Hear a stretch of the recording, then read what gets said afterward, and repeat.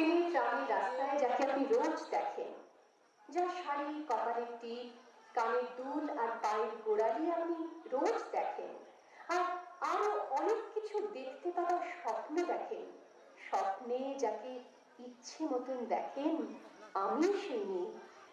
বিহারের প্রত্যন্ত গ্রামে দিনের আলোয় যার ছায়া মারানো আপনার ধর্মে নিষিদ্ধ, আর রাতের গভীরে যাকে বস্তি থেকে তুলে আনতে টাইট বরকন্দাজ পাঠান আপনি, আর সুসজ্জিত বিছানায় যার জন্য অপেক্ষায় অধীর হয় আপনার রাজকীয় লাম্পট্য, আমি সেই মেয়ে। আমি সেই মেয়ে। আসামের চা বাগানের ঝুপড়ি কামিন বস্তি থেকে যাকে আপনি নিয়ে যেতে চান সাহেবী বাংলোয় মধ্যরাতে, আমি সেই মেয়ে।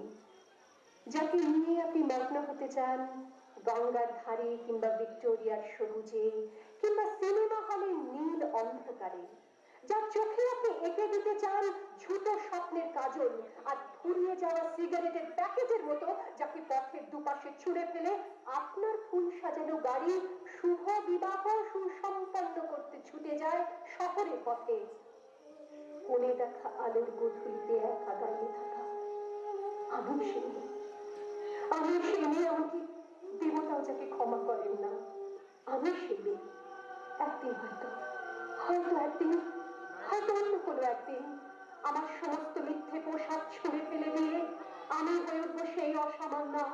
খোলা চুল, মেঘের মতো থাকবে আমার খোলা পিঠ, দু চোখে জ্বলবে ভীষণ আগুন, কপাল ঠিকরে বেরোবে ভয়ঙ্কর তেজরশ্মি, হাতে ঝলসে উঠবে সেই খড়গ, দু পায়ের উপরে বেজে উঠবে রণদুন্দুভি, নৃশংস অট্টহাসিতে ভরে উঠবে আকাশ।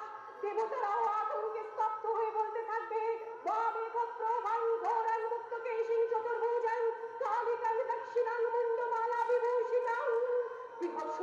মতো আমি এগোতে থাকবো, আর আমার এগিয়ে যাবার পথের দুপাশে মুন্ডহীন অসংখ্য দেহ ছটফট করতে থাকবে।